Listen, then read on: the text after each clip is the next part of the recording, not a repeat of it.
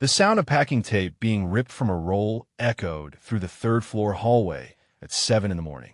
Connor Ashworth pressed the eviction notice against the door of Unit 4B with more force than necessary, smoothing it flat with his palm before knocking 3 times. Hard, the kind of knock designed to startle, to establish who held the power in whatever conversation was about to follow. He adjusted his silk tie and waited, flanked by 2 men in dark suits who stood with their arms crossed, blocking the hallway like sentinels.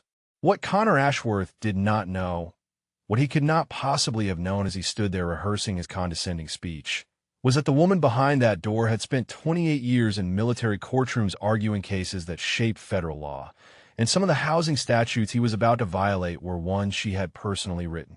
The door opened slowly. Elaine Vickers stood in the doorway wearing a cream-colored cardigan over a simple blue blouse. Her silver hair, cut short and practical, wire-rimmed glasses perched on her nose. She looked exactly like what she appeared to be, a 71-year-old widow living alone in a modest apartment. Her feet were in house slippers. A book was still in her left hand, her finger marking the page she had been reading.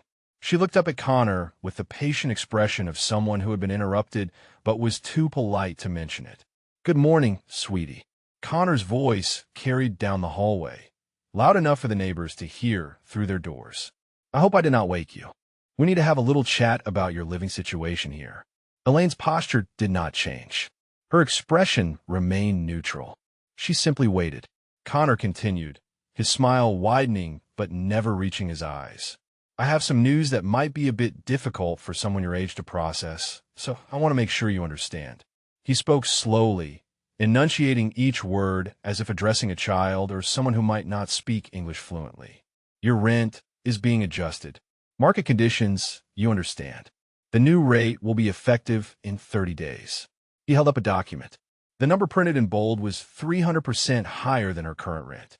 "Now I know what you are thinking," Connor said, shaking his head with practiced sympathy. "How could a nice old lady like me possibly afford this? And honestly, sweetie, between us, you probably cannot. So what I would suggest, what would really be best for everyone, is if you started making arrangements now. There are some lovely assisted living facilities in the area. Places where people your age can be properly looked after. Places where you would not have to worry about things like rent and maintenance and all those complicated adult responsibilities." The 2 men behind him shifted their weight, a subtle reminder of their presence. Elaine looked at the document in Connor's hand. "May I see that, please?" she said. Her voice was soft, unhurried, the kind of voice that made people lean in to hear. Connor laughed. "Oh, sweetie, it is all very official. Lots of legal language. Probably would not mean much to you. But the bottom line is simple. 30 days. Then you need to be out." He crumpled the notice slightly as he pressed it against her door frame, leaving it stuck there like a mark of shame for any neighbor walking past to see. Elaine did not reach for it. She simply looked at Connor with an expression he could not quite read. Something in her eyes had shifted, though he was not paying close enough attention to notice. Her shoulders, which had been soft and rounded in the way of elderly women, had straightened almost imperceptibly. The grandmother in the cardigan was still there, but something else was present now, too. Something that had been sleeping for a very long time. If you're watching this story from anywhere in the world, drop a comment telling us where you are joining from today. And if stories about hidden heroes speak to you, consider subscribing to our channel. Your support helps us share more incredible true stories about people whose quiet courage changed everything. Now, let us continue. "I understand," Elaine said quietly. "You believe I cannot afford the increase." Connor nodded eagerly. "Exactly. See, I knew you would get it. You seem like a reasonable woman, not like some of the difficult tenants we have had to deal with." He glanced back at his 2 companions, sharing a smirk. "So we will give you the 30 days. That is generous. Really, more than generous. And if you need help finding a new place, we have resources. Senior services and such." "Mr. Ashworth." Elaine's voice was still soft, but something in its tone made Connor stop mid-sentence. His smile faltered for just a moment. "That is your name?" "Yes. I saw it on the notice when you held it up." "That is right, sweetie. Connor Ashworth, Regional Property Manager." Here is my card if you need anything. Elaine did not take the card. She looked past him to the two men blocking the hallway. Then she looked back at Connor, studying him the way a surgeon might study an X-ray before making the first incision. I have lived in this building for 8 years, she said. I have paid my rent on time, every single month. I have never filed a complaint. I have never caused a disturbance. I keep to myself. I read my books. I tend my herbs. I visit my husband's grave on Sundays. That is my life, Mr. Ashworth. Small and quiet and entirely my own. Connor opened his mouth to respond, but Elaine continued. Mrs. Patterson in 5A. She lived here for 12 years before you forced her out. She was 82 years old. She had nowhere to go. Mr. Okafor on the 5th floor. Vietnam Veteran, Purple Heart recipient. He died 3 months after you evicted him. Did you know that, Mr. Ashworth? Did you know that the man you called a difficult tenant served 2 tours in a war that ended before you were born? Connor's smile had disappeared entirely now. His eyes darted to his companions, then back to Elaine. I do not know what you think you are implying, he said, his voice hardening.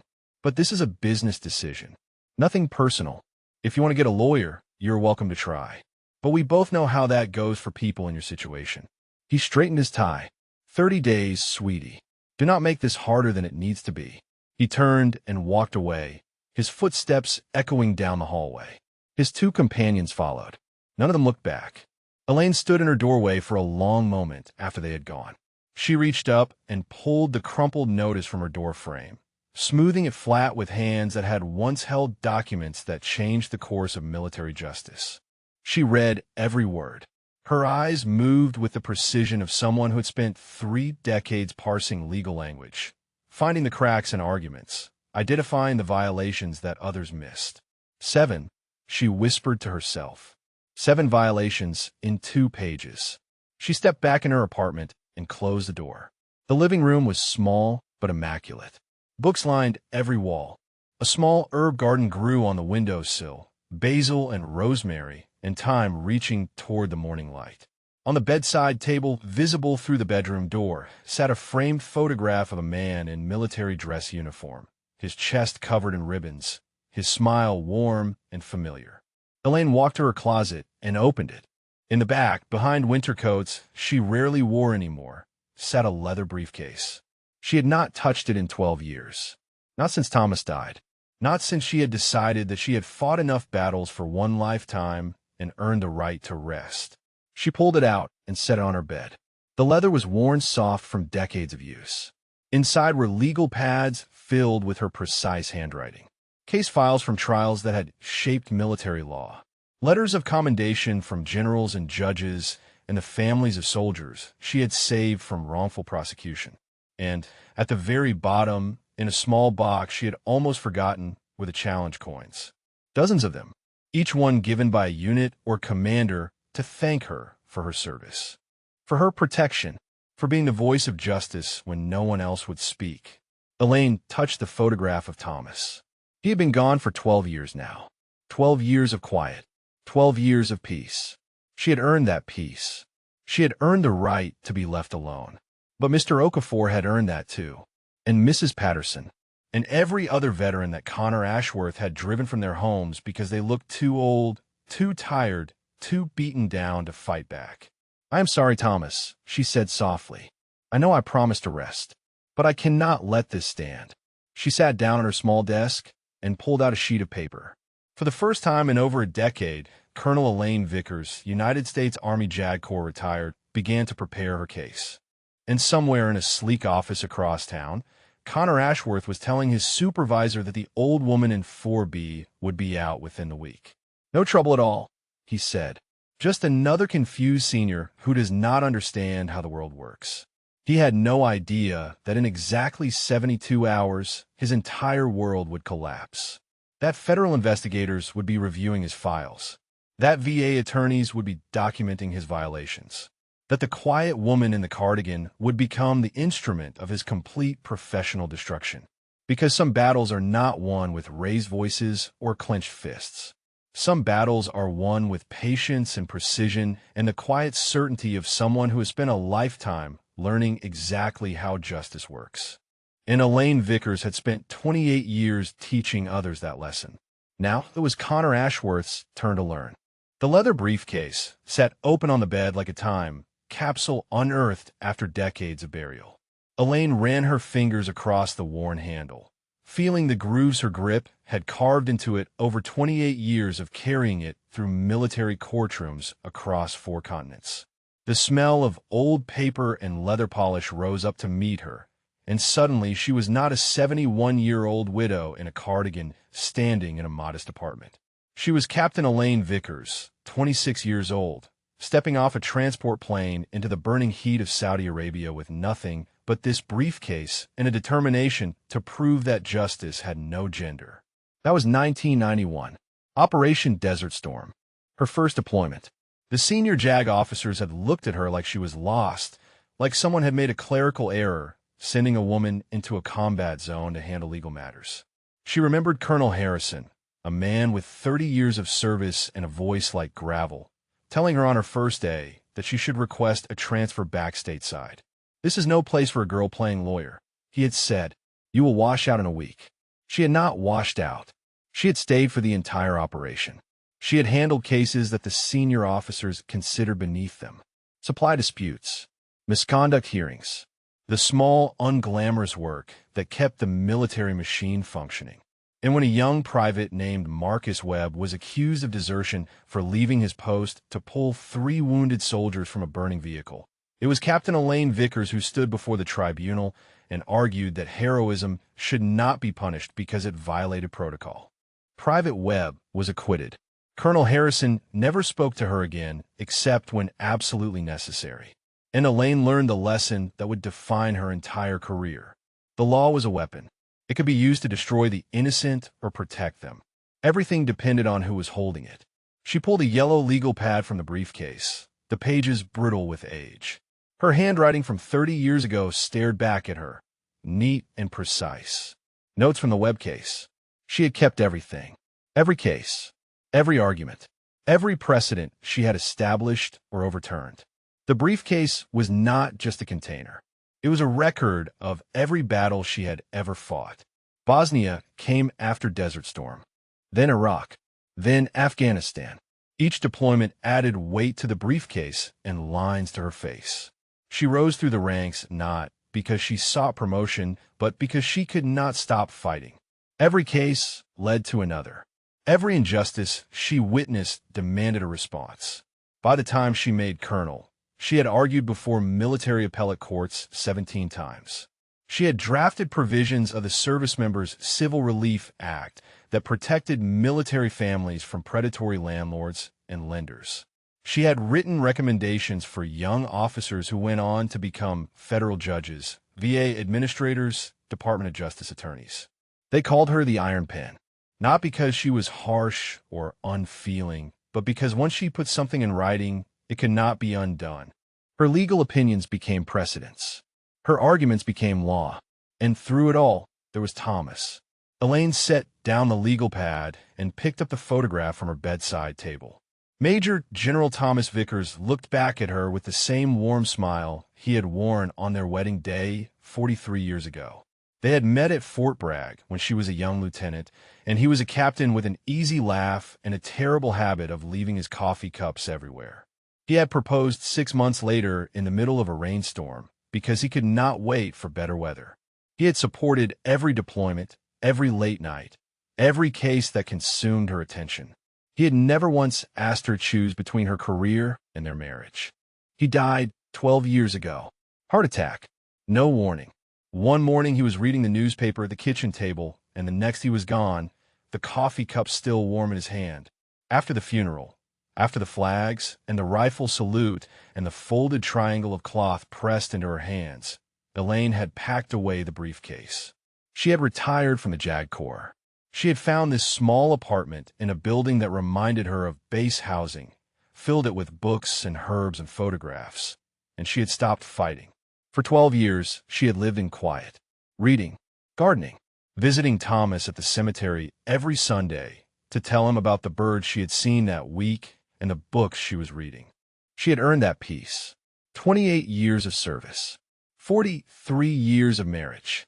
She had given enough. But now the briefcase was open again, and the legal pad in her hand was not for 1991 anymore. It was blank, waiting. Elaine sat down at her small desk and began to write. Her handwriting was slower now than it had been 30 years ago, but no less precise. She listed the violations she had identified in Connor Ashworth's eviction notice. Failure to provide proper notice period as required by state law. Rent increase exceeding statutory limits for buildings receiving certain tax abatements. Discriminatory targeting of elderly and disabled tenants. Violation of fair housing provisions. Potential violation of the Service Members Civil Relief Act given the veteran population in the building. Harassment and intimidation tactics designed to force tenants out before legal deadlines. 7 violations. 7 opportunities for a competent attorney to tear the entire eviction apart. But Elaine was not thinking about her own case as she wrote. She was thinking about Mrs. Patterson, who had lived in 5A for 12 years before Connor's campaign of harassment drove her out. She was thinking about Mr. Okafor, the Vietnam veteran with the Purple Heart and the gentle voice, who had died alone in a shelter 3 months after losing his home.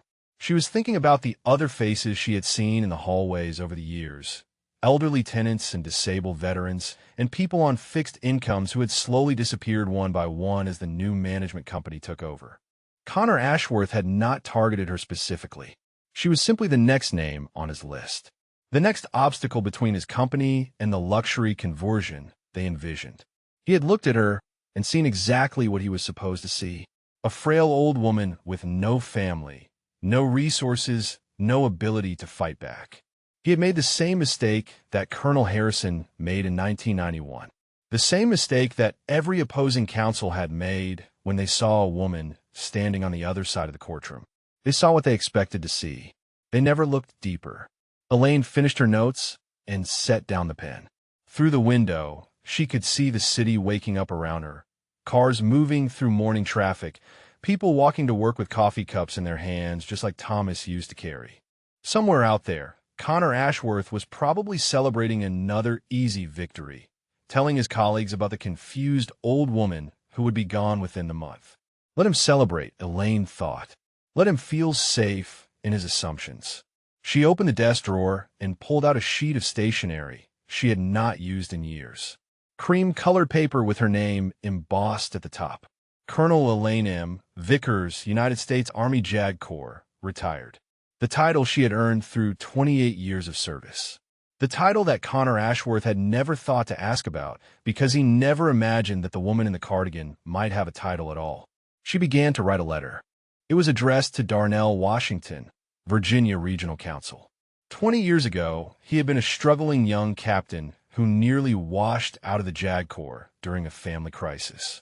Elaine had mentored him, written his recommendation for law school, personally intervened when his commanding officer wanted to end his career over a misunderstanding. Now, he was one of the most respected attorneys in the VA system, and he had told her, the last time they spoke, that he would never forget what she did for him. She was not asking for special treatment. She was asking him to review whether the pattern of evictions at Ridgecrest Apartments constituted a systematic targeting of veteran tenants. She was asking for an investigation. Nothing more. The letter was professional, precise.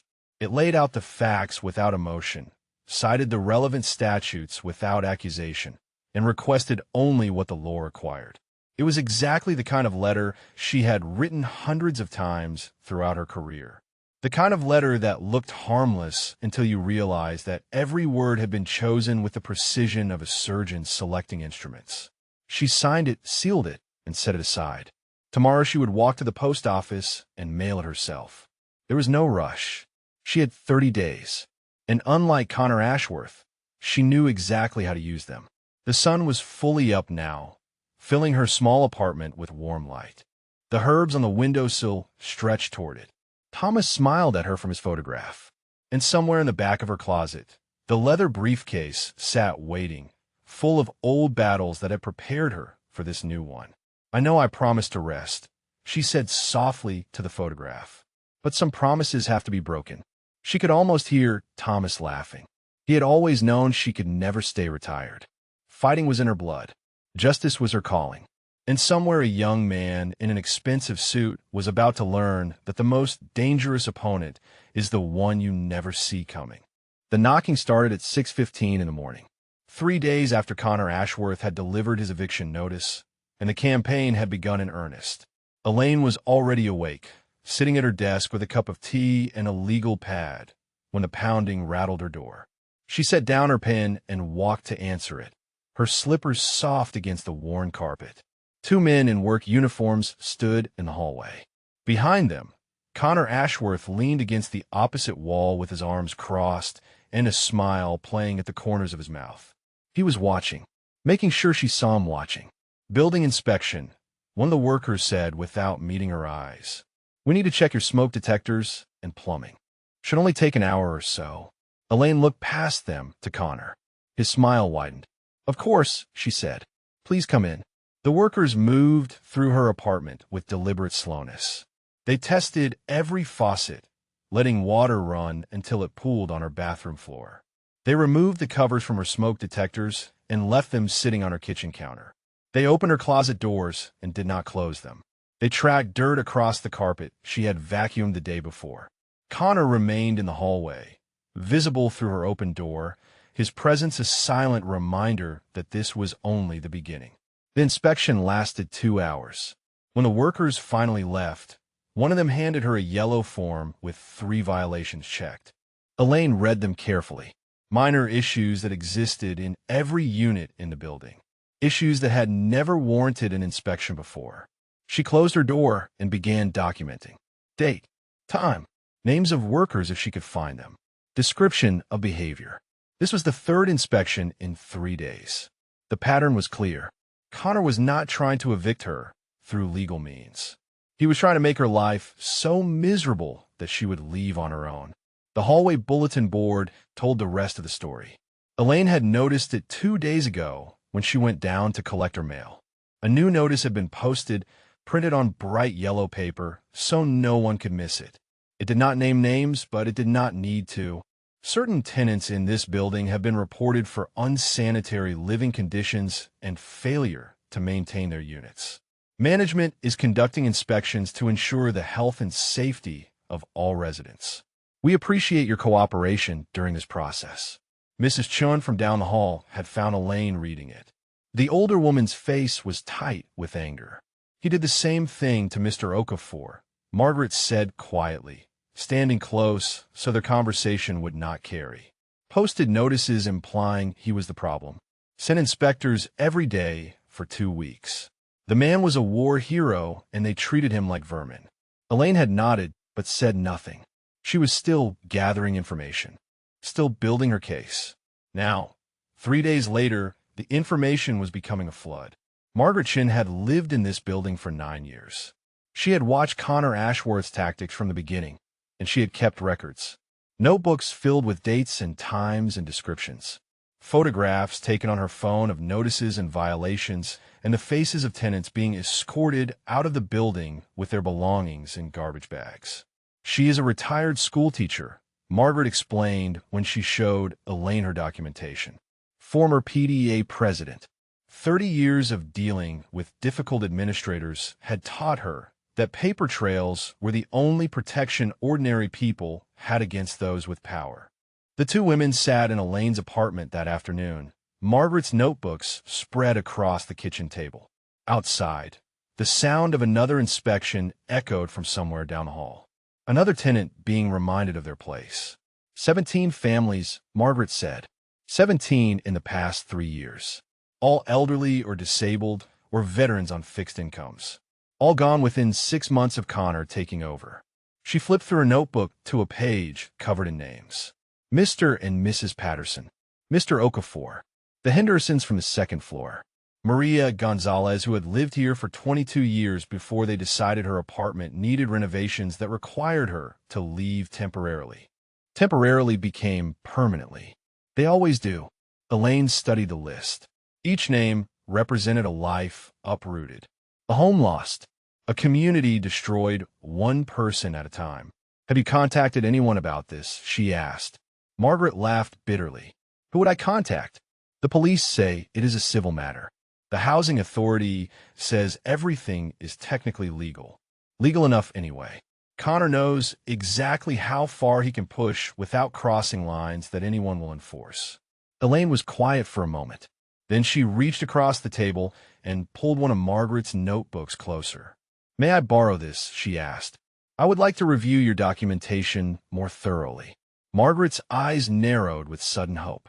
"You know someone who can help. You have family maybe. A lawyer. Something like that," Elaine said. That evening, after Margaret had returned to her own apartment, Elaine sat at her desk, surrounded by evidence. Margaret's notebooks, her own legal pad with the documented violations, the original eviction notice with its 7 statutory failures, and in front of her, the letter she had written to Darnell Washington, still sealed, still waiting to be mailed. She had planned to send it tomorrow, to let the process unfold at its proper pace. But Margaret's documentation had changed things. This was not just about one elderly woman being pushed out of her apartment. This was a systematic campaign targeting the most vulnerable people in the building. Veterans, seniors, disabled tenants, people who could not fight back, or people who appeared unable to fight back. Elaine added a page to her letter, an addendum describing the pattern Margaret had documented. The 17 families, the tactics, the timeline that showed a clear strategy of displacement. She cited 3 additional federal statutes that might apply to coordinated campaigns targeting protected classes of tenants. The letter was no longer a simple request for review. It was a formal complaint with supporting documentation, the kind of complaint that would land on multiple desks across multiple agencies, the kind of complaint that could not be quietly ignored. She sealed the envelope again and placed it in her purse. Tomorrow she would mail it, and then she would wait. But Connor Ashworth was not waiting. The next morning brought another knock at her door. This time Connor himself stood in the hallway, his smile sharper than before. He was holding a clipboard. "Just a quick check-in, sweetie," he said. "Wanted to see how you were doing with your packing." Elaine stood in her doorway, her cardigan buttoned neatly, her glasses perched on her nose. She looked exactly like what Connor expected her to be. Fragile, confused, defeated. "I'm doing well, thank you," she said. "I appreciate your concern." Connor's smile flickered. He had expected resistance by now. Arguments. Tears. Something he could use against her. Her calm compliance was unsettling. "You know," he said, leaning closer, lowering his voice as if sharing a secret, "I've been doing this a long time. I know how this ends. You can fight if you want. Hire some legal aid lawyer who barely passed the bar. Drag this out for a few months. But eventually you will leave. They all do. The only question is whether you leave with dignity or whether we have to get the sheriff involved." Elaine met his eyes. For just a moment, something shifted in her gaze. The grandmother in the cardigan receded, and Connor caught a glimpse of something else. Something cold and precise and entirely unafraid. Then it was gone, and she was just a tired old woman again. "Thank you for letting me know my options," she said. "I will take that under consideration." She closed the door gently while Connor was still trying to formulate a response. Through the wood, she heard him mutter something to his companions, then footsteps retreating down the hall. Elaine walked to her desk and picked up the envelope. She put on her coat, took her purse, and walked out of the building into the morning light. The post office was 6 blocks away. She had walked this route 1,000 times over the past 8 years. But today the walk felt different. Today she was not a widow running errands. Today she was a soldier returning to the field. The clerk at the post office took her envelope without a second glance. Just another piece of mail in a mountain of letters. He had no way of knowing that the document in his hands would set into motion a chain of events that would reach from a modest apartment building to the highest levels of the VA, the Department of Justice, and the federal judiciary. Elaine walked home slowly, enjoying the morning air. She had done what she could. Now the law would do the rest. And somewhere in a sleek office across town, Connor Ashworth was telling his team that the old woman in 4B was almost broken. "One more week," he said. "Two at most. She does not have anyone. She does not have anything. This one will be easy." He could not have been more wrong. Sunday morning arrived gray and quiet, the kind of morning that made the city feel smaller and softer around the edges. Elaine rose early as she always did. Dressed in a simple black dress she had worn every Sunday for 12 years, and made her way to the cemetery on the hill at the edge of town. The bus ride took 40 minutes. She could have taken a taxi, but she preferred the bus. It gave her time to think, time to watch the city pass by the window and remember when she and Thomas used to drive these same streets together, his hand resting on hers at every red light. The cemetery was nearly empty at this hour. A groundskeeper raking leaves near the entrance nodded at her as she passed. He knew her by now. 12 years of Sunday visits had made her as much a fixture of this place as the stone angels guarding the older graves. Thomas's headstone stood beneath an oak tree that had grown noticeably larger since the day they buried him. Major General Thomas Raymond Vickers. Beloved husband. Faithful servant. The words did not capture him, but words never could. They could not describe the way he laughed at his own terrible jokes or the way he always burned the toast, but insisted on making breakfast anyway. They could not explain how he had held her after the hardest cases, the ones where justice failed despite her best efforts, and told her that trying was enough, that fighting was enough, that she was enough. Elaine lowered herself onto the small bench beside his grave, her knees protesting the movement. She had brought flowers from the corner shop near her apartment, yellow roses, his favorite, because they reminded him of the fields near his childhood home in Kansas. "Hello, my love," she said softly. "I have news this week." She told him about Connor Ashworth, about the eviction notice and the inspections and the bulletin board notices designed to shame her into leaving. She told him about Margaret Chun and her notebooks full of names. 17 families. 17 lives disrupted because someone decided they were not worth protecting. She told him about the letter she had mailed, about Darnell Washington, the young captain she had mentored 20 years ago who was now in a position to help, about the case she was building slowly and carefully, the way he had always watched her build cases throughout their marriage. "I know I promised to rest," she said. "I know I said I was done fighting. But Thomas, they killed Mr. Okafor. Not with a weapon. Not with violence. They killed him with paperwork and harassment and the slow, grinding certainty that no one cared whether he lived or died. He survived Vietnam, and they could not even let him die in peace in his own home. The wind stirred the leaves of the oak tree above her. Somewhere a bird was singing, bright and clear against the gray morning. You would have liked him," she continued. "Mr. Okafor. He used to sit in the lobby and tell stories about his unit, about the friends he lost and the ones he saved. He had a purple heart he kept in a cigar box in his closet. He showed it to me once. Said he did not deserve it because all he did was not die when everyone around him did." Her voice caught. She paused, pressing her hand against the cold stone of the headstone. "I think about that sometimes. About the ones who survive when others do not. About the weight they carry. You carried it too, I know. All those years of command. All those decisions that sent young men and women into danger. You never talked about it, but I could see in your eyes sometimes. Late at night, when you thought I was asleep." She was quiet for a long moment, watching the clouds move across the sky. "I wonder sometimes if that is why I became a lawyer instead of a soldier. Because I wanted to save people without having to choose who lived and who died. Because I thought the law was cleaner somehow, more fair." She laughed softly, without humor. "I was naive. The law is just another battlefield. The weapons are different, but the casualties are just as real." A memory surfaced, unbidden. Bosnia, 1996.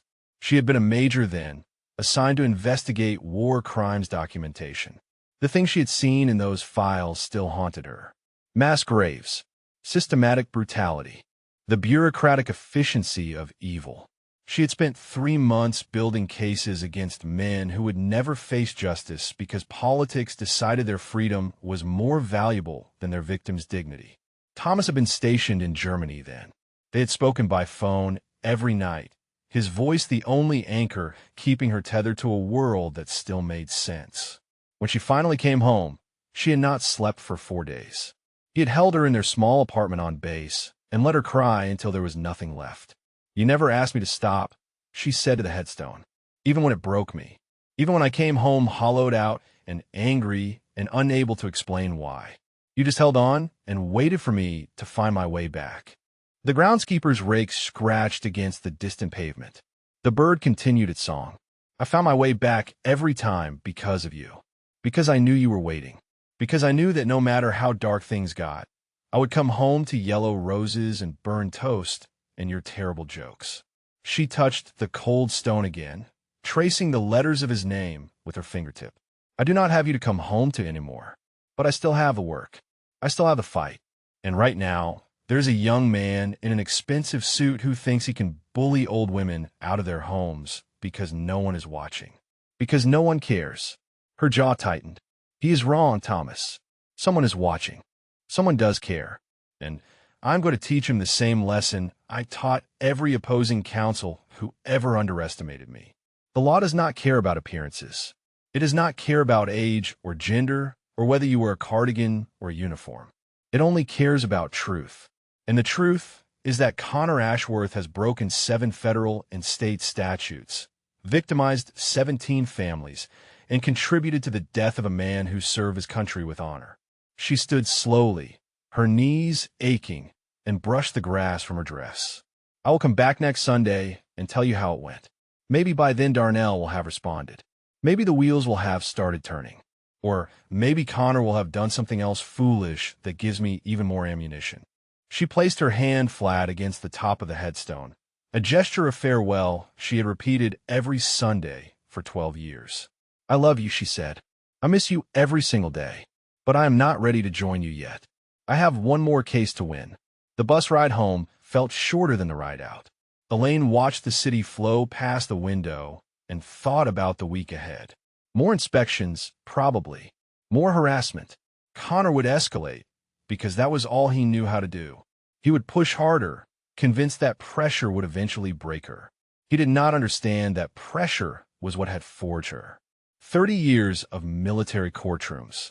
Cases that seemed impossible until they were not.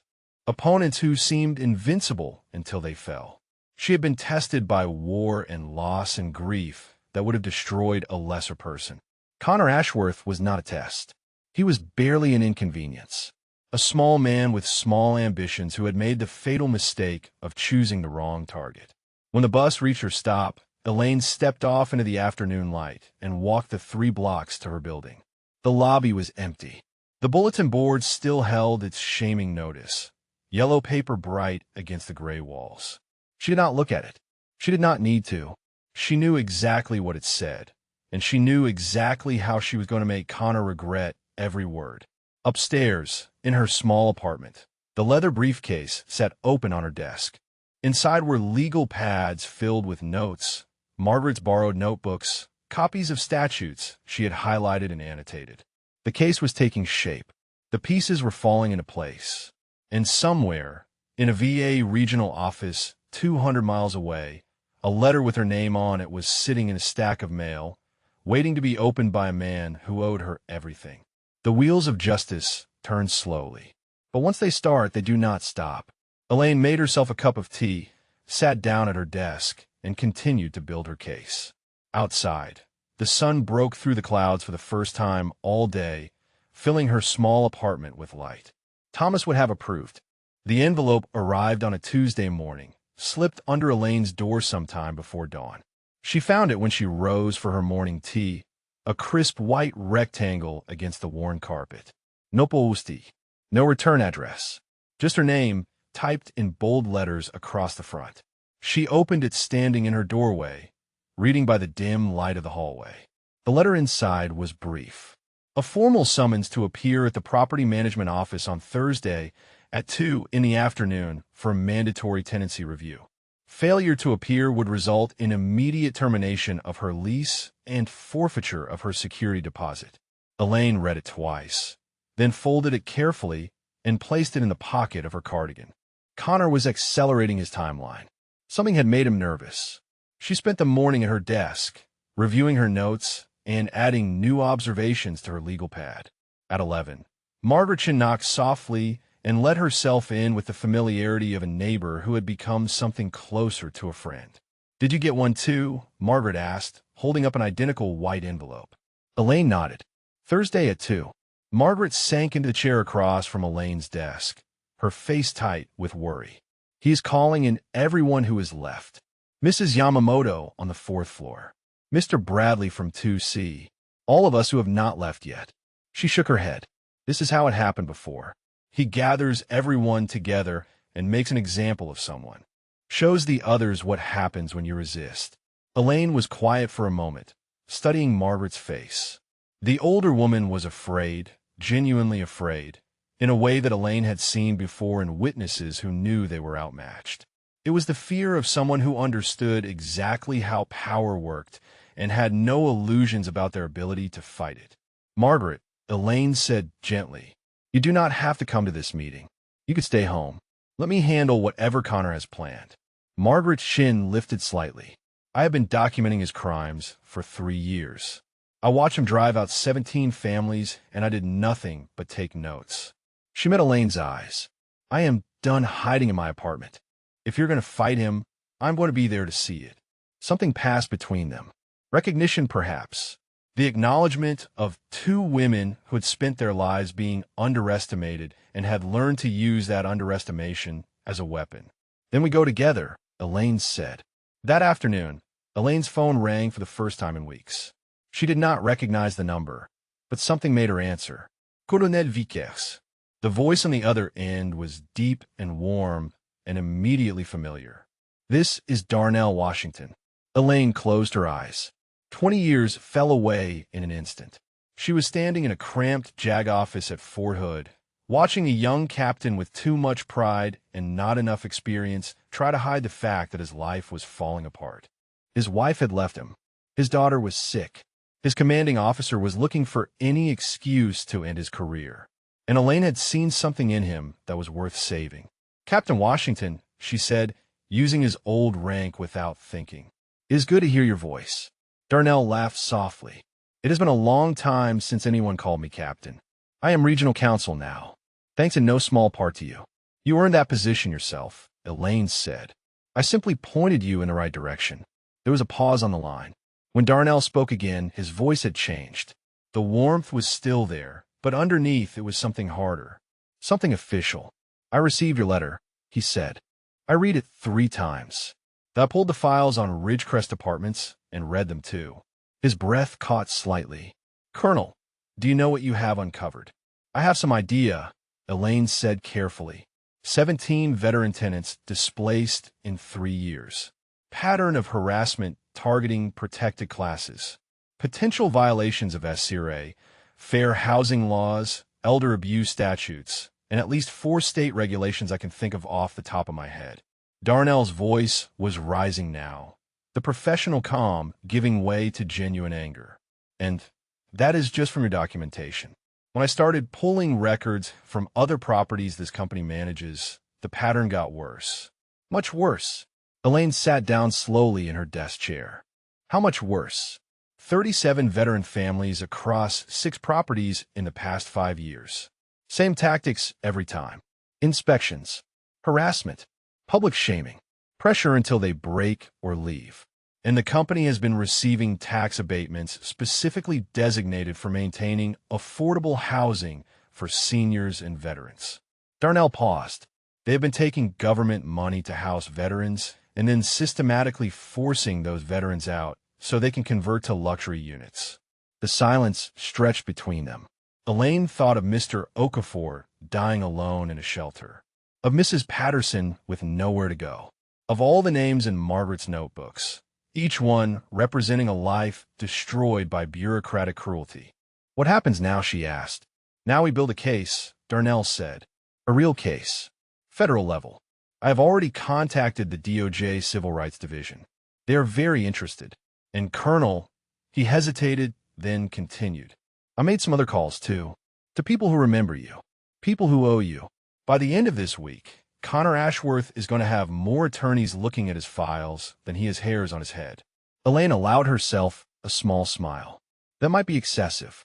With respect, ma'am, it is exactly what he deserves. Darnell's voice softened. You saved my career, Colonel. You saved my life, really, when you think about it. Everything I have built since then exists because you believe in me when no one else did. So when I tell you that I'm going to burn this company to the ground for what they did to you and every other veteran they targeted, I need you to understand that I mean it literally." Elaine was quiet for a long moment. Through the window, she could see the afternoon light fading, the shadows lengthening across her small apartment. "There's a meeting," she said finally. "Thursday at 2. The property management office. Connor is gathering all the remaining tenants for some kind of formal review." "Perfect," Darnell said, and she could hear him smiling. "Do not cancel it. Go to that meeting, Colonel. Sit there in your cardigan and let him deliver whatever speech he has prepared. Let him feel powerful and confident and absolutely certain that he has won." And then she asked, "And then my team will arrive." Darnell's voice was hard now, sharp as a blade. "And Connor Ashworth will learn what happens when you target the mentor of every senior attorney in the VA regional office." The call ended a few minutes later with promises to speak again before Thursday. Elaine set down the phone and sat in the gathering darkness, watching the last light fade from the sky. The wheels were turning now. The machinery of justice, slow and ponderous but unstoppable once set in motion, was grinding toward Connor Ashworth with the inevitability of a glacier carving through stone. He had no idea what was coming. He was probably sitting in his office right now, rehearsing his speech for Thursday, imagining the fear on the faces of the elderly tenants he planned to intimidate into submission. Let him rehearse, Elaine thought. Let him imagine his victory. It would make the moment when everything collapsed so much sweeter. She rose and turned on the lamp beside Thomas's photograph. His face smiled at her from the frame, warm and familiar, and somehow knowing. "The cavalry is coming, my love," she whispered, "and they're bringing lawyers." Thursday arrived with the kind of cold clarity that made everything feel sharper, more defined. Elaine dressed carefully that morning, choosing the same cream cardigan and simple blouse she had worn the day Connor first knocked on her door. She wanted him to see exactly what he expected to see: a frail, old woman. A victim, an easy target. Margaret met her in the hallway at 1:30. The retired schoolteacher had dressed for battle in her own way, wearing a blazer she probably had not touched since her last PDA meeting and carrying a leather folder stuffed with her documentation. Her hands were trembling slightly, but her jaw was set. "Ready?" Margaret asked. Elaine touched her arm gently. "Remember what I told you. Whatever happens in that room, do not react. Do not argue. Just watch and listen. And when it is over, we walk out together with our heads high." Margaret nodded, though her eyes were uncertain. She did not know what Elaine knew. She did not know about Darnell Washington and the team of federal attorneys who were, at this very moment, reviewing files in a VA conference room 200 miles away. She did not know that the meeting she was about to attend was not an ending, but a beginning. Some surprises, Elaine had decided, were better experienced than explained. The property management office occupied the ground floor of a sleek building downtown, all glass walls and chrome furniture and motivational posters with words like excellence and integrity printed beneath photographs of mountain peaks. Elaine found the irony almost painful. Connor's assistant directed them to a conference room at the end of a long hallway. The room had been arranged for maximum intimidation. A long table dominated the space, with Connor seated at the head flanked by two attorneys in expensive suits. Behind them, a large screen displayed the company logo. On the opposite side of the table, 5 chairs had been arranged in a row, clearly intended for the tenants who had been summoned. 3 of those chairs were already occupied.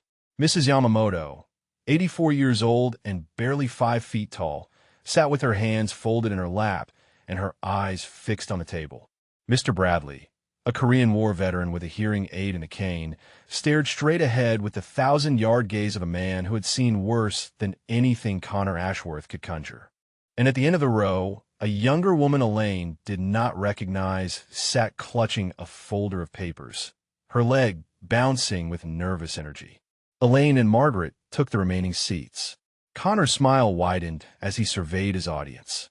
5 elderly tenants, isolated and afraid, gathered before him like defendants awaiting sentencing. "Thank you all for coming," he began, his voice carrying the false warmth of a car salesman closing a deal. "I know this is not easy. Change never is. But I want you to understand that what we are doing here today is for your benefit." He clicked a remote, and the screen behind him changed to show a photograph of the Ridgecrest Apartments building. "This building has served this community for over 60 years, Connor continued. But time takes its toll. The infrastructure is aging. The systems are failing. Maintaining a property like this requires significant investment, and frankly, the current rental structure does not support the level of renovation needed to bring this building up to modern standards." He clicked again. A spreadsheet appeared, filled with numbers that Elaine recognized immediately as inflated estimates and fabricated costs. "We have two options," Connor said. "We can continue as we are, watching the building deteriorate until it becomes uninhabitable, or we can make the difficult decision to transition this property to a new model, one that attracts tenants who can support the investment required to preserve this historic building." He paused, letting the implications sink in. The tenants who can support that investment were not the 5 elderly people sitting before him.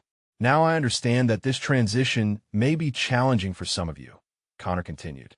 "That is why we are prepared to offer relocation assistance to anyone who voluntarily terminates their lease within the next 14 days. He smiled, all teeth and no warmth. "We want to make this as painless as possible." Mrs. Yamamoto's hands tightened in her lap. Mr. Bradley's jaw clenched. The younger woman's leg bounced faster. But Connor was not finished. He clicked the remote again, and a new image appeared on the screen. A list of names. The 5 tenants in the room, along with dates and notations beside each one. "I want to be transparent with you," he said, his voice dropping to a tone of false concern. "We have received reports about conditions in several of your units. Maintenance issues, cleanliness concerns. Now I am not saying these reports are accurate, but we have a responsibility to investigate. And if those investigations reveal violations of your lease agreements, well," he spread his hands, "our options become more limited." It was a threat dressed in corporate language. "Comply, or we will find reasons to force you out."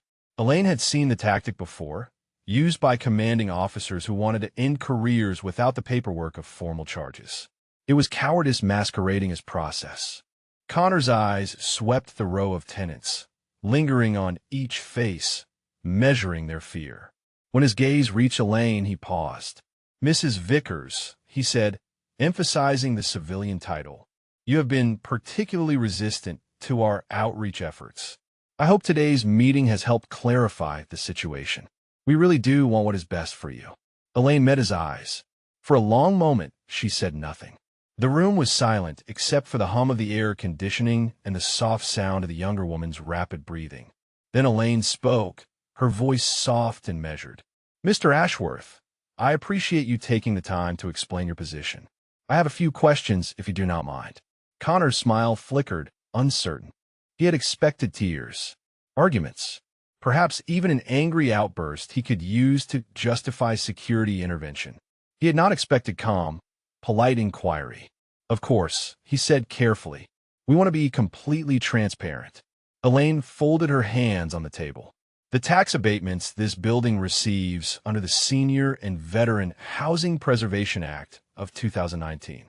Do those require you to maintain a certain percentage of units at below market rates for qualifying tenants?" Connor's smile froze. His attorneys exchanged a glance. "I'm not sure that is relevant to today's discussion," Connor said. "The Service Members Civil Relief Act," Elaine continued, her voice unchanged. "Section 3955. Does it not require specific procedures before terminating the tenancy of a service member or veteran?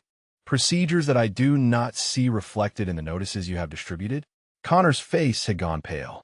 His attorneys were leaning forward now, their expressions shifting from boredom to alarm. "Mrs. Vickers," one of them said, a woman with sharp features and sharper eyes. "Where exactly are you getting this information?" Elaine reached into her cardigan pocket and withdrew a small leather case. She opened it and placed it on the table in front of her. Inside was her military identification card. "Colonel Elaine M. Vickers, United States Army JAG Corps, retired. The room went absolutely still. I spent 28 years as a military attorney, Elaine said, her voice carrying now with an authority that had not been present before.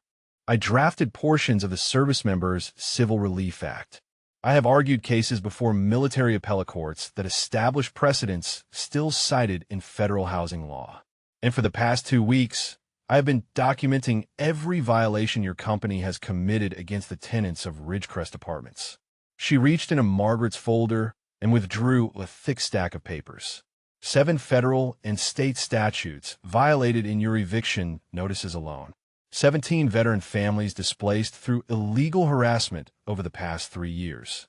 Tax abatements fraudulently obtained by misrepresenting your tenant demographics to qualify for programs you had no intention of honoring. Connor's mouth opened and closed. No sound came out. Elaine placed the papers on the table and slid them toward the attorneys. I have forwarded this documentation to the VA Regional Council, the Department of Justice Civil Rights Division, and the State Attorney General's office. A federal investigation was opened 3 days ago. She stood, slowly, her joints protesting, but her spine straight as a rifle barrel. You may proceed with your meeting, Mr. Ashworth, but I would advise your attorneys to review those documents carefully before you make any further decisions regarding the tenants of this building. She turned and walked toward the door. Margaret scrambled to follow, her face a mask of shock and dawning triumph. Behind them, Connor Ashworth sat frozen at the head of his conference table, watching his entire world collapse around him. And somewhere in the building, a phone was already ringing. The elevator doors had barely closed before Margaret Chin grabbed Elaine's arm, her eyes wide with a mixture of shock and exhilaration. "You are a colonel," she whispered, as if saying it too loudly might break some spell. "A military lawyer. All this time, living down the hall from me, and I had no idea." Elaine smiled gently. "You never asked." The elevator descended in silence. When the doors opened on the ground floor, they stepped out into the building's lobby to find it transformed. 3 black SUVs were parked at the curb outside, their engines still running. Men and women in dark suits moved through the entrance, their credentials already displayed on lanyards around their necks. At the center of the group stood a tall black man in his late 40s, his graying temples and pressed suit giving him the appearance of someone accustomed to authority. When he saw Elaine emerge from the elevator, his face broke into a smile that carried 20 years of gratitude. "Colonel Vickers," Darnell Washington said, crossing the lobby in 3 long strides. "It is good to see you in person again." "Captain Washington," Elaine replied, and this time the old rank was deliberate, a private acknowledgement of where they had started. "You have aged considerably since Fort Hood." Darnell laughed. "You have not changed at all." He gestured to the team assembling behind him. 6 attorneys, 2 federal investigators, and a representative from the State Attorney General's office. "We are ready to proceed whenever you are." Elaine looked past him to the elevators, where Connor Ashworth's attorneys were now emerging, their faces pale with the sudden understanding that this situation had spiraled far beyond their control. Connor himself appeared a moment later, flanked by building security as if he were the one who needed protection. When he saw the federal credentials, when he saw the SUVs and the investigators and the sheer number of people who had arrived because of one quiet tenant he had dismissed as helpless, something in his expression cracked. Darnell stepped forward, positioning himself directly in Connor's path. "Mr. Ashworth." His voice carried the calm authority of someone who did not need to raise it. "I am Darnell Washington, Regional Counsel for the Department of Veterans Affairs. This is Special Agent Morrison from the DOJ Civil Rights Division, and Ms. O'Yelleran from the State AG's office. We need to speak with you regarding potential violations of federal housing law, tax fraud, and civil rights abuses against protected veterans." Connor's mouth worked silently. His eyes darted to his attorneys, but they were already stepping back, the universal signal of legal counsel recognizing that their client had just become radioactive. "I do not understand," Connor finally managed. "This is about a routine tenancy dispute. One elderly woman who could not pay her rent." Darnell's expression did not change. "That elderly woman drafted portions of the laws you violated, Mr. Ashworth. She has argued cases before military appellate courts that shaped federal housing policy.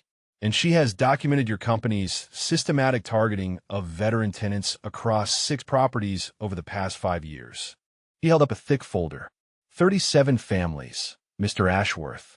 37 veterans and their dependents harassed and displaced through illegal means while your company collected government subsidies specifically designated to house them. His voice hardened. This is not a tenancy dispute. This is a federal investigation into organized fraud and civil rights violations. Connor's face had gone from pale to gray. He looked like a man watching the ground open beneath his feet. I was just doing my job, he said, his voice cracking. Following company policy. I did not make these decisions alone. Darnell nodded slowly. I am sure you will have the opportunity to explain that to the investigators. He gestured to the conference room Connor had just left. For now, we need access to all records related to tenant communications, eviction proceedings, and subsidy applications for this property and the 5 others under your management. Connor did not move. He seemed frozen, unable to process the complete reversal of his fortunes. Mr. Ashworth, Darnell said, his patience visibly thinning. You can cooperate with this investigation, or we can obtain a warrant within the hour.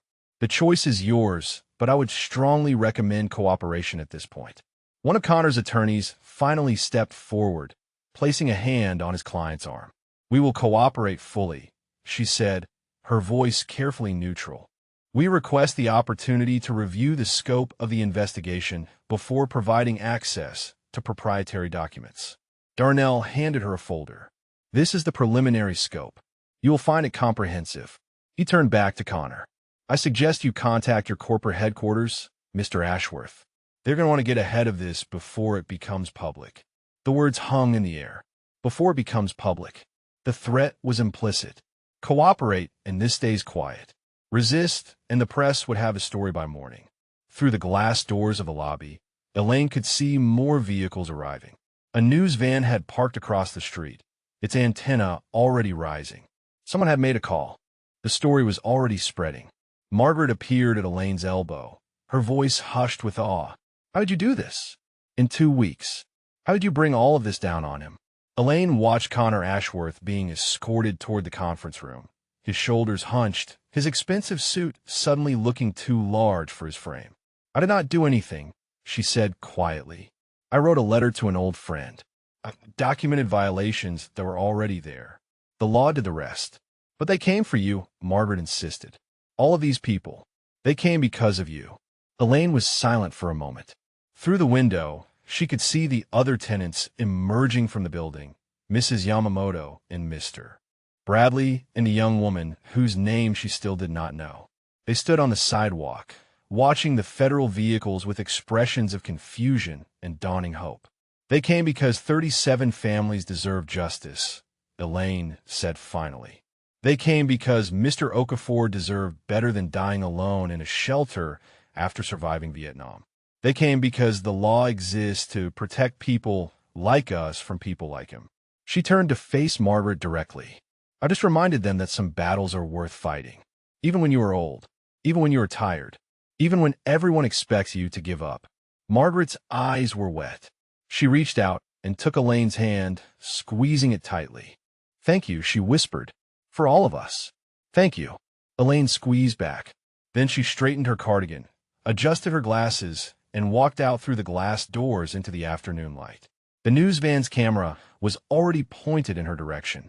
A reporter was hurrying across the street, microphone in hand, shouting questions about federal investigations and veteran housing rights. Elaine ignored them. She walked past the cameras, past the attorneys, past the chaos she had set in motion. She walked until she reached the bus stop on the corner, the same stop she had used every day for 8 years. The bus arrived 3 minutes later. She climbed aboard, found her usual seat by the window, and watched the property management building shrink in the distance as the bus pulled away. Behind her, Connor Ashworth's empire was crumbling. Ahead of her, a small apartment waited, with herbs on the windowsill and Thomas's photograph on the bedside table. The battle was not over. There would be hearings and depositions, and the slow, grinding process of federal justice. But the hardest part was done. The first blow had been struck, and Connor Ashworth would never underestimate a woman in a cardigan again. Elaine allowed herself a small smile as the city rolled past the window. "Still fighting, Thomas," she murmured. "Just like you always knew I would be." The news broke that evening. Elaine watched it from her small apartment, sitting in the chair by the window, where she usually read, the television casting blue light across Thomas's photograph on the bedside table. Federal investigators have opened an inquiry into Meridian Property Management following allegations of systematic housing fraud and civil rights violations against veteran tenants, the anchor announced, her voice carrying the practiced gravity of someone delivering serious news. Sources confirm that the investigation spans 6 properties across the metropolitan area and may involve dozens of displaced families. The screen showed footage of the property management building, the same glass and chrome facade Elaine had walked through hours earlier. Federal vehicles were still parked outside. Investigators moved in and out of the entrance carrying boxes of documents. The investigation was reportedly triggered by a formal complaint filed by a tenant at one of the affected properties, the anchor continued. That tenant has been identified as Colonel Elaine Vickers, a retired military attorney who served 28 years in the Army JAG Corps. Elaine's photograph appeared on screen. Not the elderly woman in the cardigan that Connor Ashworth had dismissed, but her official military portrait from 15 years ago. Dress uniform, ribbons covering her chest. The sharp, unwavering gaze of someone who had spent decades in courtrooms where lives hung in the balance. Colonel Vickers is credited with drafting key provisions of federal housing protections for service members and their families, the anchor said. Sources say she personally documented the violations that led to today's investigation. The segment cut to an interview with a housing rights advocate, then to file footage of veterans at a homeless shelter, then to a statement from the VA regional office confirming that they were cooperating fully with the investigation. Elaine turned off the television. The apartment was quiet. The herd on the windowsill cast small shadows in the lamplight. Outside, the city hummed with its usual evening sounds, traffic and distant sirens, and the muffled bass of music from somewhere down the block. Her phone had been ringing all evening. Reporters seeking comment. Old colleagues offering congratulations. Margaret Chun calling 3 times to report that the other tenants were gathered in the lobby, watching the news coverage together, crying and hugging, and speaking Elaine's name like a prayer. She had not answered any of the calls. She needed silence. She needed time to process what she had set in motion. 28 years of service had taught her that justice was rarely clean. It was slow and messy and often incomplete. The investigation would take months, perhaps years. Lawyers would argue. Documents would be reviewed. Some of the guilty would escape through loopholes and technicalities. Some of the victims would never receive adequate compensation for what they had lost. But the machine was moving now. The wheels were turning. And Connor Ashworth, who had stood in her doorway 2 weeks ago calling her sweetie and threatening her with sheriffs and assisted living facilities, was currently sitting in an interview room answering questions from federal investigators. The thought should have brought satisfaction. Instead, Elaine felt only a deep, bone-weary exhaustion. She rose from her chair and walked to the bedroom, where Thomas's photograph waited on the nightstand. She picked it up, holding it in both hands, studying the familiar lines of his face. "I won," she said softly. "Or I started winning, anyway. The rest will take time." Thomas smiled back at her, frozen in a moment from 15 years ago when they had both been younger and the future had seemed infinite. "I thought it would feel different," she continued. "I thought I would feel triumphant, vindicated, something. But mostly I just feel tired, Thomas. Tired and old and ready to rest." She sat on the edge of the bed, still holding the photograph. Mr. Okafor is still dead. Mrs. Patterson is still gone. All those families are still scattered. Winning this case does not bring any of them back. It does not undo what was done. The apartment was silent around her. The refrigerator hummed in the kitchen. A car passed on the street below, its headlights sweeping briefly across the ceiling. "But maybe that is not the point," Elaine said, her voice barely above a whisper. Maybe the point is not undoing what was done. Maybe the point is making sure it does not happen again. Making sure the next Mr. Okafor has somewhere to turn. Making sure the next Connor Ashworth thinks twice before targeting the vulnerable. She set the photograph back on the nightstand, positioning it carefully so Thomas's face caught the lamplight. You always said that was why we served. Not for glory, not for recognition, but so the people who came after us would have a little bit easier. So the path would be a little bit clearer. A knock at her door interrupted her thoughts. Soft, hesitant, not the aggressive pounding of Connor's visits. Elaine rose and walked to the door. Through the peephole, she saw Margaret Shun standing in the hallway, holding a casserole dish covered in aluminum foil. She opened the door. "I know you want to be alone," Margaret said quickly. "I just wanted to bring you this." The others put it together. Mrs. Yamamoto made the rice. Mr. Bradley contributed the vegetables from his window garden. She held out the dish. "It is not much, but we wanted you to know that we see you. We appreciate you." Elaine took the dish. The warmth of it seeped through the foil into her hands. "Thank you," she said. "That is very kind." Margaret lingered in the doorway, her eyes searching Elaine's face. "Are you all right?" she asked. "You left so quickly this afternoon. You did not stay to see the rest of it." Elaine considered the question. Was she all right? She was not sure. She was tired and sad and proud and afraid. All at once, emotions tangled together like threads she could not separate. "I am processing," she said finally. "It has been a long time since I was in the middle of something like this. I had forgotten how it feels." Margaret nodded slowly. "When my husband died," she said, her voice careful, "I did not feel anything for weeks. Just numb. Empty. And then one day I was washing dishes and I started crying and I could not stop." She paused. Sometimes the big feelings take time to arrive. Elaine looked at her neighbor, this woman she had lived beside for 8 years and barely known until 2 weeks ago. There was wisdom in Margaret's eyes, the hard-earned wisdom of someone who had survived loss and kept going. "Would you like to come in?" Elaine asked. "I can make tea." Margaret's face softened. "I would like that very much." They sat together in Elaine's small kitchen, drinking tea and eating casserole and not talking about the investigation or the news coverage or what came next. Instead, they talked about small things. Margaret's grandchildren in Seattle, the herbs on Elaine's windowsill, and how to keep basil from bolting in the summer heat. The books they were reading, the birds they had seen from their windows. It was ordinary conversation, the kind of conversation neighbors had all over the world, every day, without thinking about it. And for Elaine, who had spent 12 years in solitude after Thomas died, it felt like coming home. When Margaret finally left, close to midnight, Elaine stood in her doorway and watched her neighbor walk down the hall to her own apartment. Margaret turned at her door and waved, a small gesture of connection across the worn carpet and flickering fluorescent lights. Elaine waved back. Then she closed her door, washed the teacups, and went to bed. Tomorrow there would be more calls, more questions, more steps in the long process of justice. But tonight, she had shared a meal with a friend. Tonight, she had remembered what it felt like to not be alone, and that, she thought as she drifted towards sleep, was its own kind of victory.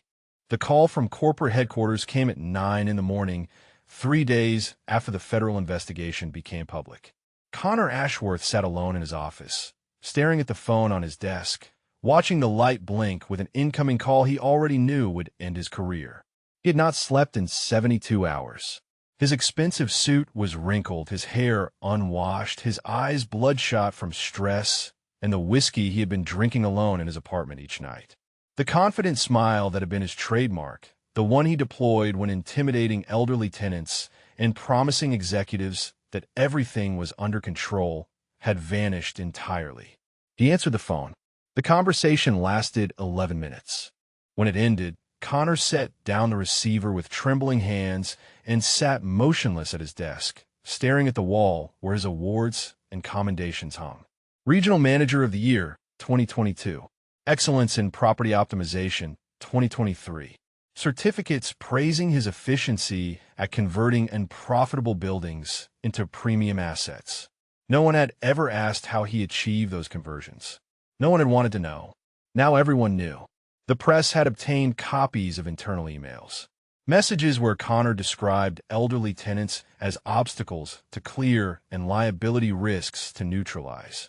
Messages where he joked about the speed with which certain difficult residents could be convinced to vacate. Messages that laid bare the systematic cruelty he had treated as simply business. The company had no choice. They were distancing themselves as fast as legally possible. Connor Ashworth was being placed on indefinite administrative leave pending the outcome of the federal investigation. His access to company systems had already been revoked. His name had already been removed from the website. By the end of the day, it would be as if he had never existed. He thought about the tenants he had displaced over the years, the faces he had never bothered to remember because they did not matter. They were just numbers on a spreadsheet, units to be cleared, problems to be solved. Mr. Okafor's face surfaced in his memory. The old man had stood in this very office 18 months ago, holding his Purple Heart in a cigar box, trying to explain why the building mattered to him. Connor had smiled and nodded and said all the right things, and then he had doubled the inspection frequency until Mr. Okafor finally gave up and left. 3 months later, the old man was dead. Connor had not thought about it at the time. Collateral damage. The cost of doing business. People like Mr. Okafor were relics of a past that had no place in the modern real estate market. Their displacement was inevitable. Connor was simply accelerating the process. But now, sitting alone in his office with his career in ruins and federal investigators reviewing his every decision, Connor could not stop thinking about Mr. Okafor, about Mrs. Patterson, about all 37 families whose lives he had disrupted because they were inconvenient, and about Colonel Elaine Vickers, the quiet woman in the cardigan who had watched him with those calm, measuring eyes and said nothing while he delivered his threats and ultimatums. She had known, he realized, from the very first moment, she had known exactly who she was and exactly what he was doing. She had let him talk, let him threaten, let him dig his own grave with every condescending word. And then she had buried him. His phone buzzed. A text from his attorney. Federal investigators want another interview. Tomorrow, 9 a.m. Strongly advise cooperation. Connor stared at the message. Cooperation. As if he had any other choice. As if there was any path forward that did not lead through more interviews, more document reviews, more careful explanations of decisions he could no longer justify, even to himself. A knock at his door made him jump. His assistant, a young woman named Priya, who had always looked at him with something between admiration and fear, stood in the doorway. Her expression was different now. Guarded. Distant. Mr. Ashworth, she said, her voice carefully professional. Security is here to escort you from the building. They need you to collect your personal belongings. Connor looked around his office. The awards on the wall. The motivational posters. The photograph of himself shaking hands with the CEO at last year's annual meeting. All of it suddenly seemed foreign, artifacts from someone else's life. Of course, he said. His voice came out hoarse, barely recognizable. I will just be a moment. Priya nodded and withdrew. She did not offer condolences or express surprise. She had seen the emails like everyone else. She knew what he had done. Connor rose slowly from his desk. His legs felt unsteady, as if the floor itself had become unreliable. He took the photograph of himself and the CEO and placed it face down in a drawer.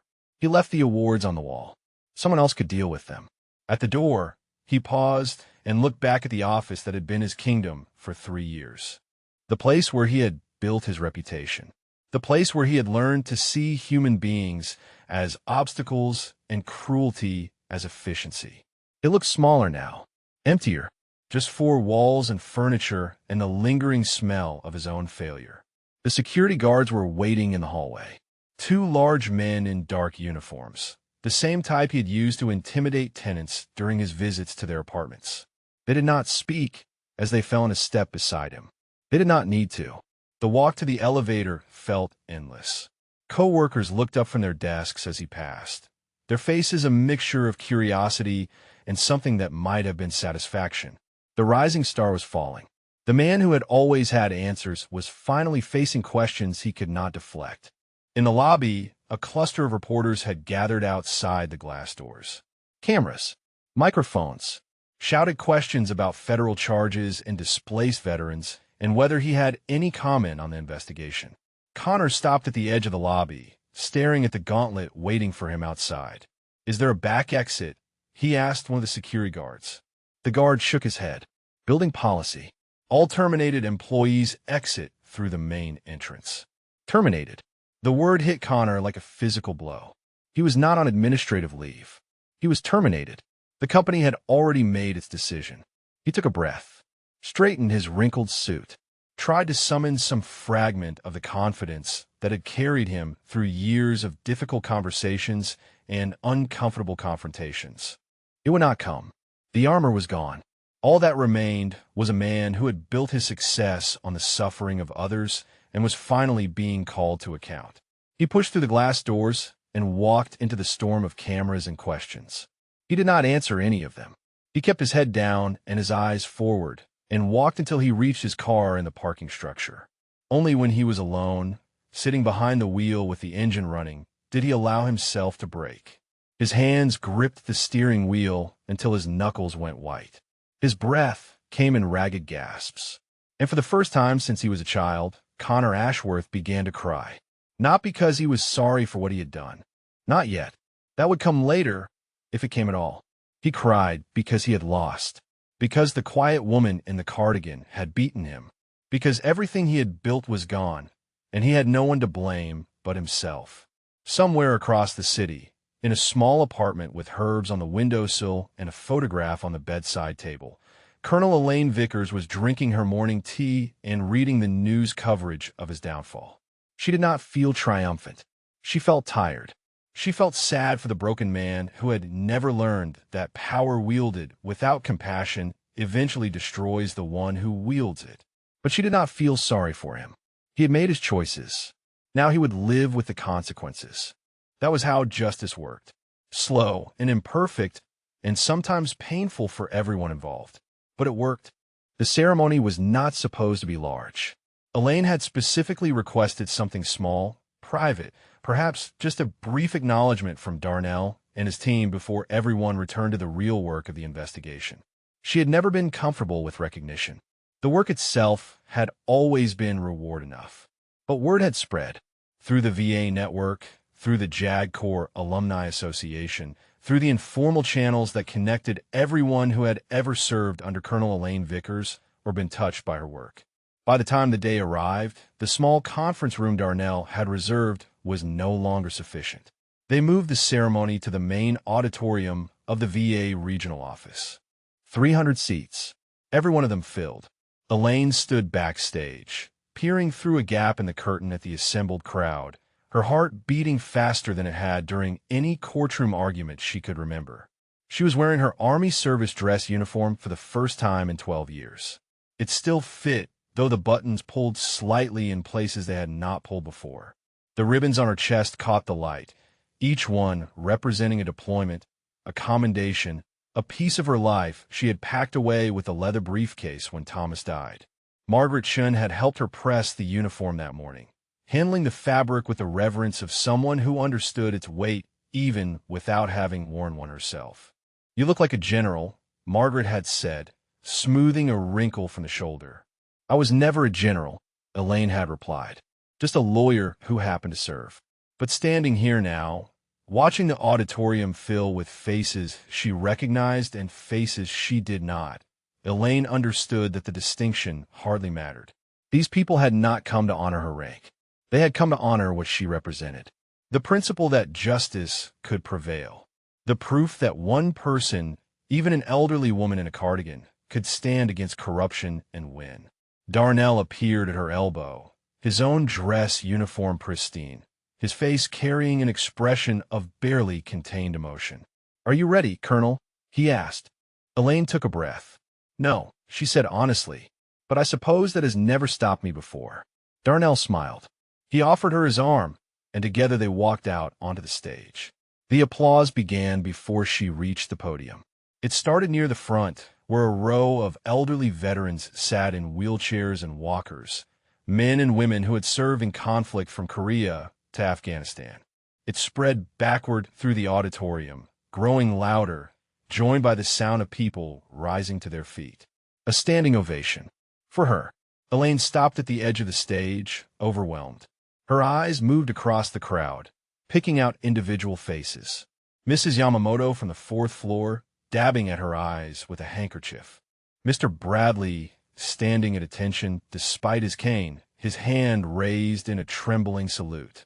The young woman from the conference room, whose name Elaine had finally learned was Sergeant First Class Diana Reeves, Army Reserve, who had been fighting her own eviction battle when Elaine's case broke open investigation.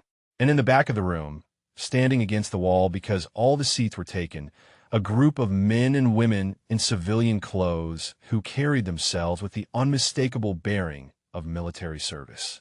Former JAG officers, former clerks, former defendants whose cases Elaine had argued and won decades ago. They had come from across the country. Some had driven through the night. One had flown from Germany. All for her. Darnell guided her to the podium, where a microphone waited. The applause continued. Elaine raised her hand, asking for quiet, but the sound only grew louder. Finally, she simply stood and let it wash over her, tears forming in eyes that had remained dry through courtrooms and combat zones and the burial of the man she loved. When the applause finally subsided, when the crowd had taken their seats and the auditorium had fallen into expectant silence, Darnell stepped to the microphone. 20 years ago, he began, his voice carrying clearly through the room. I was a young captain with a failing marriage, a sick daughter, and a commanding officer who wanted me gone. My career was over. My life was falling apart.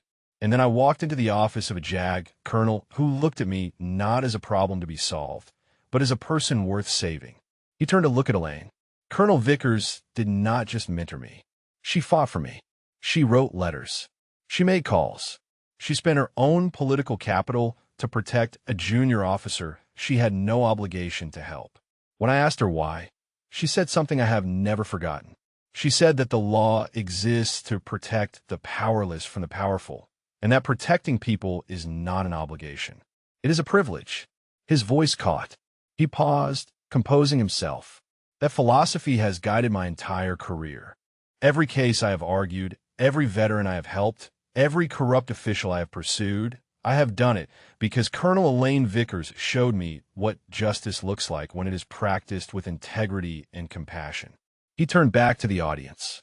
2 weeks ago, a property manager named Connor Ashworth knocked on Colonel Vickers' door and told her to pack her belongings and leave. He called her sweetie. He threatened her with sheriffs. He assumed that because she was old and alone and dressed in a cardigan, she was powerless. A murmur of anger rippled through the crowd. He was wrong, Darnell continued. He was catastrophically, historically, definitively wrong. Because Colonel Elaine Vickers is not powerless. She is one of the most accomplished military attorneys in the history of the JAG Corps. She drafted the laws he was violating. She trained the attorneys who would prosecute him. And when he pushed her, she pushed back with 28 years of experience and the full weight of federal law. The applause erupted again, louder than before. Darnell waited for it to subside. The investigation Colonel Vickers initiated has now expanded to include criminal charges against multiple executives of Meridian Property Management. 37 veteran families have been identified as victims of systematic housing fraud. Restitution proceedings are underway. New protections are being drafted to prevent this kind of abuse from happening again. He picked up a small wooden box from the podium. It is my honor, on behalf of the Department of Veterans Affairs and with the full endorsement of the Secretary, to present Colonel Elaine Vickers with the VA Distinguished Service Award for her extraordinary contributions to veteran housing rights and her unwavering commitment to justice. He opened the box. Inside, nestled in velvet, was a medal on a ribbon of red, white, and blue. He lifted it carefully and turned to Elaine. Colonel Vickers, would you step forward, please? Elaine walked to where Darnell stood. Her legs felt unsteady. Her vision blurred with tears she could no longer contain. Darnell placed the ribbon around her neck. The metal settled against her chest. Beside the ribbons, she had earned over 28 years of service. The auditorium exploded into applause once more. Cameras flashed. People cheered. Somewhere in the crowd, someone began singing the Army's song, and others joined in, voices rising together in a chorus that shook the walls. Elaine stood at the podium, the medal around her neck, the faces of everyone she had touched over her career looking back at her with love and gratitude and respect. She thought of Thomas. She thought of Mr. Okafor. She thought of every veteran who had ever been told they were too old, too broken, too worthless to matter. And finally, when the singing ended and the silence returned, she spoke. "I did not do this alone," she said, her voice steady despite the tears on her cheeks. "I did it because people like Darnell were ready to answer when I called. I did it because Margaret Chin documented every injustice she witnessed and refused to look away. I did it because Mr. Okafor and Mrs. Patterson and 37 families deserved better than what they received." She paused, looking out at the crowd. "I am 71 years old. I have been retired for 12 years. I thought my fighting days were over. But I learned something these past few weeks. Justice does not care about age. It does not care about appearances. It only cares about truth and about the willingness to stand for what is right even when standing is hard." Her voice grew stronger. Every veteran in this room knows what it means to serve, to sacrifice, to put the needs of others before your own comfort. That service does not end when you take off the uniform. It does not end when you retire. It does not end when the world tells you that you are too old to matter. She straightened her shoulders, standing at attention before the crowd. We're never too old to fight for justice. We're never too tired to protect those who cannot protect themselves. And we are never, ever powerless. The applause that followed was the loudest of all. The settlement was announced 6 weeks after the ceremony. Elaine learned about it from Darnell, who called her on a Tuesday afternoon while she was watering the basil on her windowsill. "It is done," he said. "Meridian Property Management has agreed to a comprehensive settlement. Full restitution to all 37 families. Funding for a veteran housing advocacy program. And the building." Elaine set down her watering can. "What about the building?" "They are selling it," Darnell said, "to a nonprofit housing organization that specializes in veteran residential services. The new owners have agreed to maintain below-market rates for all current tenants and to prioritize veteran applicants for any vacancies." He paused. "They want to rename it," he continued. "The new owners. They have requested permission to call it Vickers House." Elaine was silent for a long moment. Through the window, she could see the city spread out below her, the same view she had looked at every day for 8 years. The same buildings, the same streets. But everything felt different now. "I do not need a building named after me," she said finally. "I told them you would say that," Darnell replied. "And they said to tell you that this is not about what you need. It is about what the residents need. They need to know that someone fought for them. They need a reminder that justice is possible." Elaine touched the glass of the window, feeling the cool surface against her fingertips. "What about Mr. Okafor's family?" she asked. "Were they located?" "We found his sister in Baltimore. She had been searching for him for years. Lost contact when he became homeless." Darnell's voice softened. "She cried when we told her what happened. But she was grateful to know, grateful that someone remembered him." "And Mrs. Patterson, assisted living facility in Delaware. The settlement includes funds to cover her care for as long as she needs it. We visited her last week. She asked about you." Elaine smiled despite the tears forming in her eyes. "What did she say?" "She said she always knew you were somebody special. Said she could tell by the way you carried yourself, even in a cardigan." The call ended with promises to meet for lunch the following week. Elaine set down the phone and returned to her herbs, though her hands were trembling slightly, and the watering had become more of a pretense than a task. Vickers House. Her name on a building where veterans would live in safety and dignity. Where no one would knock on doors at 7 in the morning with eviction notices. Where no one would be called sweetie by men who saw them as obstacles to be cleared.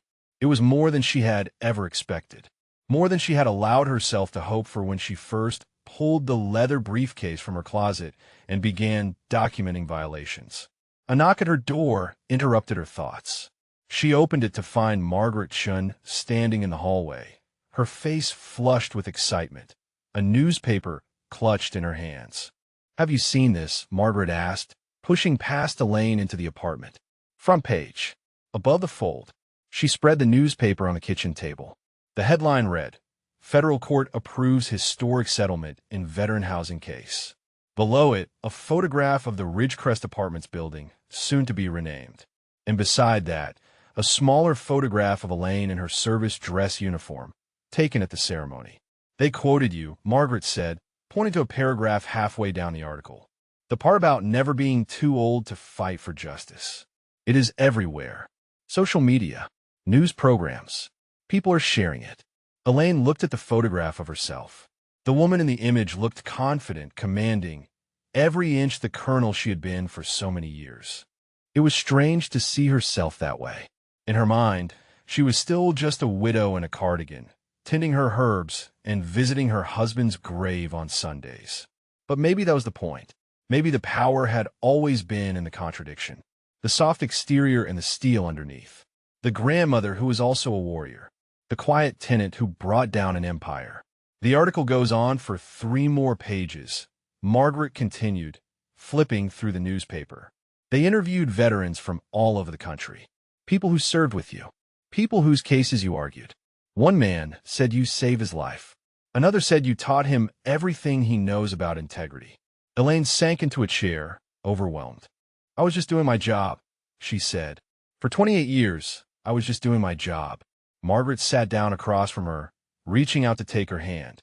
"That is what makes it remarkable," she said gently. "You were not trying to be a hero. You were not seeking recognition. You were simply doing what was right, day after day, for nearly 3 decades. And when you retired, when you had every reason to rest, you kept doing it. One more time. For us." The 2 women sat in silence, hands clasped across the kitchen table. The newspaper lay between them, its headlines proclaiming a victory that neither of them could have imagined 2 months ago. "What will you do now?" Margaret asked finally. "Now that it is over." Elaine considered the question. The investigation was complete. The settlement was signed. The building was saved. By any measure, her work was done. But something had changed in her over the past 2 months.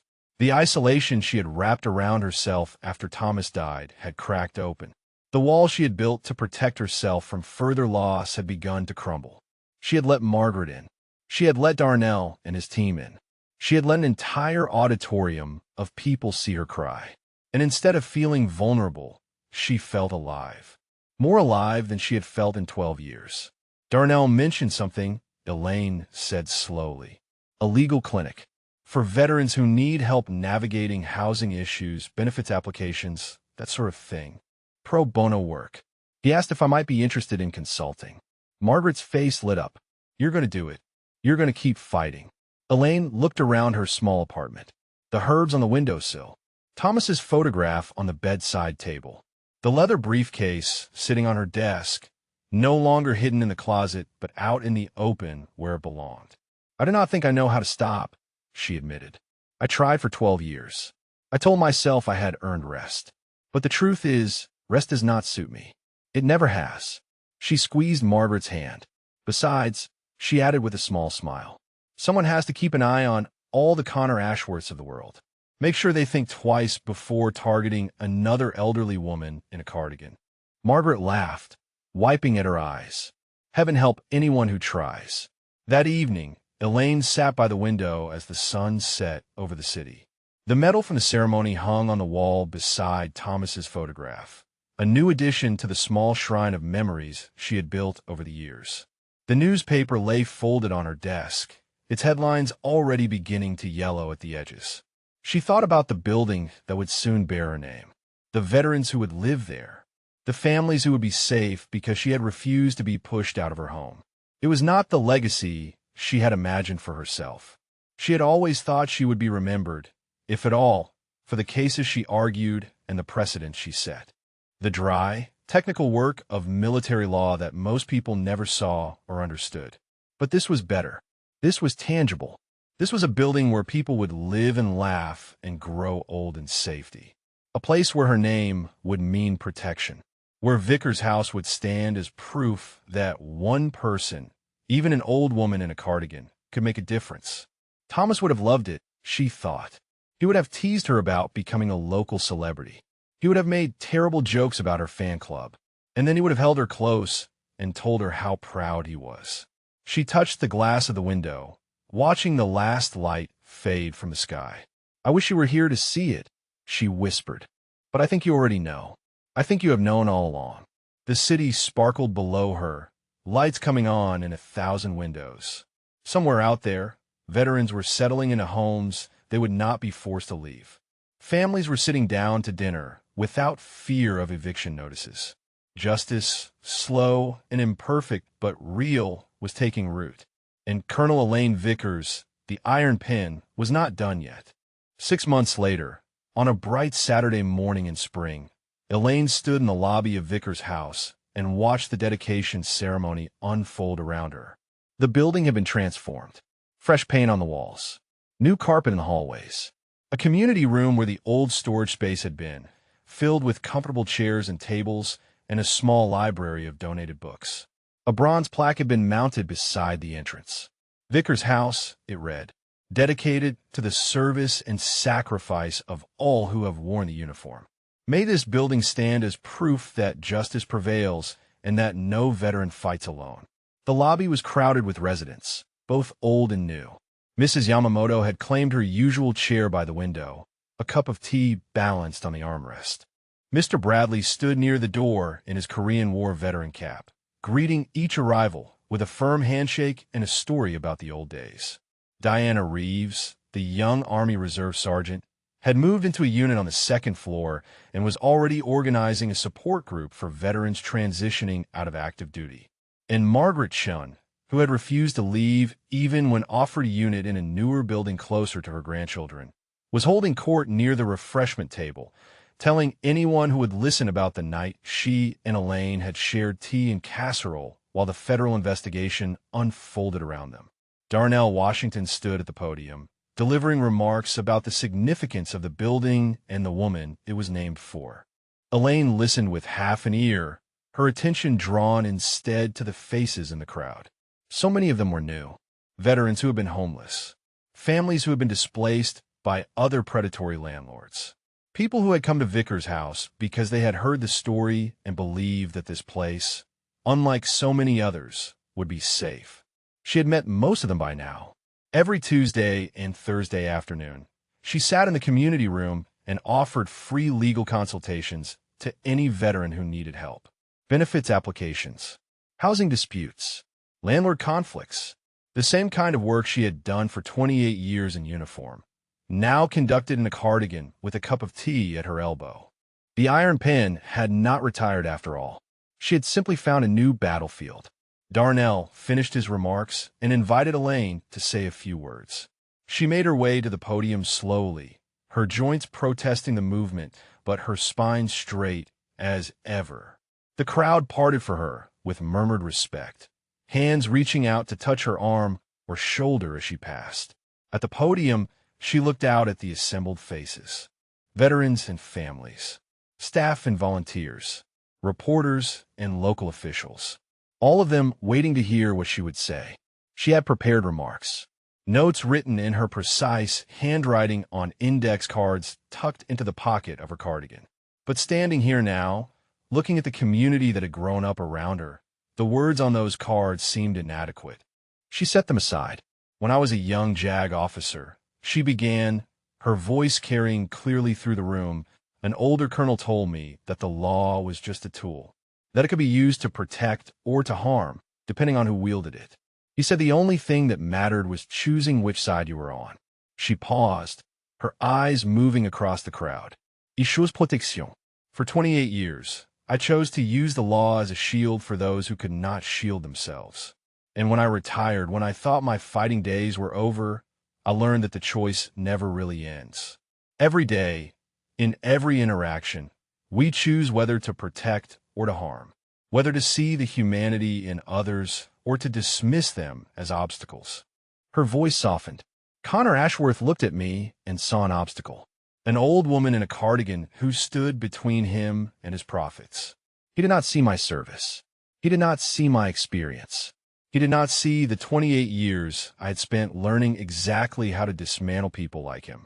A ripple of laughter moved through the crowd. But his blindness was not unique, Elaine continued. Every day, people are dismissed because of how they look, because of their age, because of their circumstances. Veterans sleeping under bridges who once held the line in Fallujah. Elderly women in nursing homes who once ran corporations. Homeless men with PhDs and Purple Hearts and stories that would break your heart if you stopped long enough to listen. She gripped the edges of the podium. This building exists because I refuse to be dismissed. But it also exists because Margaret Chin documented every injustice she witnessed.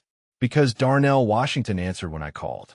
Because Mrs. Yamamoto and Mr. Bradley and Diana Reeves and every other resident refused to give up even when giving up would have been easier. She looked directly at Margaret, who was crying openly now, making no effort to hide her tears. Justice is not a solo act. It is a chorus, and every voice matters. The applause that followed was warm and sustained, not the thunderous ovation of the VA ceremony, but something more intimate. The appreciation of a community recognizing itself in her words. After the ceremony, after the photographs and handshakes and promises to stay in touch, Elaine slipped away to the small garden that had been planted in the courtyard behind the building. Benches had been installed among the flowers, with small plaques honoring veterans who had passed. One of them bore the name Samuel Okafor, Vietnam veteran, Purple Heart recipient. She sat on the bench beside his plaque and watched the afternoon light filter through the new leaves of a young oak tree. "I wish you could see this," she said quietly. All of it. The building, the people, the way things turned out. The garden was peaceful. Bees hummed among the flowers.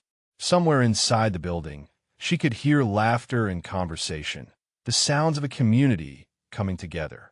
"I think about you often," she continued. "You and Mrs. Patterson and all the others who did not get to see justice arrive. I carry your names with me. Every case I take, every veteran I help, I do it for you as much as for them." She touched the plaque, tracing the letters of his name with her fingertip. "Rest easy, Samuel. You are not forgotten. None of you are." She sat in the garden until the sun began to set, watching the shadows lengthen across the courtyard. Then she rose, straightened her cardigan, and walked back inside to join her community. The legal clinic would open again on Tuesday. There were files to review, calls to make, veterans to help. The work never ended, and she was grateful for that. Purpose was its own kind of peace. In her apartment that night, she sat by the window with Thomas's photograph in her hands. The city sparkled below her, lights in 1,000 windows, each one representing a life with its own struggles and triumphs. "We did good work, my love," she whispered. "Not just me. All of us. Together." She set the photograph back on the nightstand and turned off the lamp. Tomorrow would bring new challenges, new cases, new opportunities to choose protection over harm. But tonight, she would rest. She had earned it.